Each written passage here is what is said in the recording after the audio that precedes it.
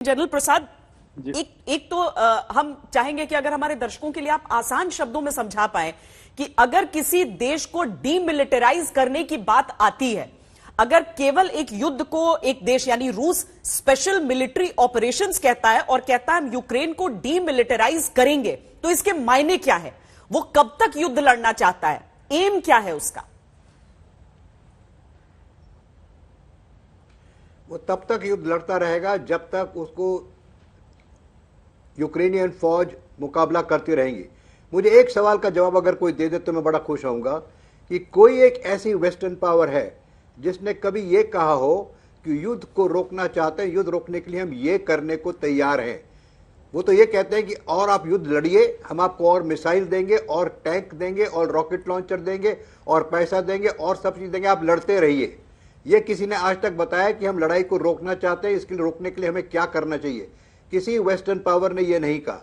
अगर आपको युद्ध विराम करना है आज, तो पूरी विश्व को मिलकर including the western power and America and NATO को कहना पड़ेगा कि आप युद्ध रोकिए, हम कोई इस तरह के हथियार वहां नहीं भेजेंगे, हम कोई इस तरह की सहायता नहीं करेंगे जिससे युद्ध को वो लड़ते रहे और युद्ध बढ़ता रहे।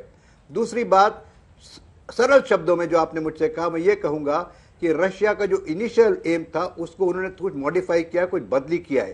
पहले वो सोच रहे थे कि शायद कीव को कब्जा करेंगे और इस तरीके से काम करेंगे, लेकिन वो नहीं हो पाया। उसकी भी कोई मिलिट्री वजहें हैं मेरे मानने से कि उन्होंने काफी हद तक इसको अंडर एस्टिमेट किया और काफी हद तक उन्होंने फोर्सेस को पूरी तरीके से इस्तेमाल नहीं किया। हमारी आर्मी में कहते हैं कि there is identification of an objective. जब एक ऑब्जेक्टिव को आइडेंटिफाई कर लेते हैं तो उसको यह देखना पड़ता है, उसको कहते हैं ट्रुप्स टू टास्क। इस ऑब्जेक्टिव को पूरा करने के लिए कितने ट्रुप्स की जरूरत पड़ेगी, उसमें कुछ खामी हुई है। क्योंकि अगर ये सोच रहे थे कि एक बटालियन ग्रुप के संग इस तरह के इंडिपेंडेंट टारगेट्स को कब्जा कर लिया जाएगा तो वो हो नहीं सकता था। तो ये तो बात रही मिलिट्री की। लेकिन अब दूसरी बात जो है, जो युद्ध विराम की बात होती है, उसी पर हम ज्यादा जोर देना चाहते हैं। रशिया तब तक नहीं रुकेगा जब तक उसका प्राइमरी एम ये है कि वो उनको हथियार डालने से मजबूर कर दे। आज की तारीख में अगर आप कैपिटल में देखें तो वहां का पानी बिल्कुल बंद हो चुका है, वह बड़ी हाहाकार मच रही है, लोग परेशान हैं, यहां तक कि सुएज वाटर पी रहे हैं, इस तरह की खबरें आ रही हैं। मारियापोल में बुरा हाल है, आपने खुद बता दिया, ओडिशा में बुरा हाल है, खारसौन में बुरा हाल है। तो इससे क्या जाहिर होता है? पहली बात, जहां जहां अमेरिकन इंटरेस्ट हैं, जैसे ऑयल में, गैस में, जो लेबोरेटरीज चल रही हैं उसमें, जहां पर ये बैक्टीरिया की रिसर्च होती है, वहां पर जहां पर कि इनका वीट का ट्रेड है, जहां पर इनके मिनरल्स हैं, जब तक उन इलाकों पर कब्जा नहीं हो जाएगा तब तक ये नहीं मानने वाले। दूसरी बात, मिलिट्री इंस्टॉलेशन। मिलिट्री इंस्टॉलेशन वो जगह होती हैं जो हम मिलिट्री टर्मिनोलॉजी में कहते हैं vulnerable areas and vulnerable position, VAs and VPs. जब तक इनके आइडेंटिफाइड वीएज एंड वीपीज पर कब्जा नहीं हो जाएगा तब तक ये नहीं रोकेंगे लड़ाई को। जो बातचीत हो रही है टर्की में आज, मुझे नहीं लगता वो खास बड़ी बात निकलेगी। अगर यूक्रेन की तरफ इसी तरह से बयान आते रहे, इसी तरह से शर्तें रखी गई जो उन्होंने आज रखी और परसों रखते, रोज रखते हैं, और वो कब टाइम टू टाइम अपना बयान बदलते चले जाते हैं। उनकी एक कंटिन्यूअस सोच तो है नहीं।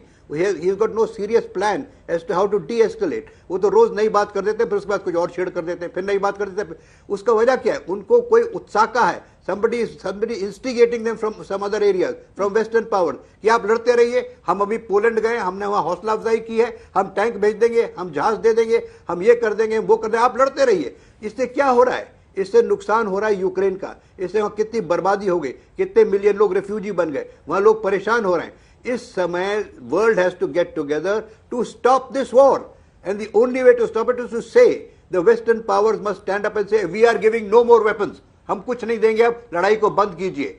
और वो जो है रशिया कहता है ठीक है आप हथियार देते रहिए, हमने उसको भी पूरा ब्लॉक नहीं किया। जब तक कि आप हथियार देते रहेंगे तब तक हम इनको ठोकते रहेंगे।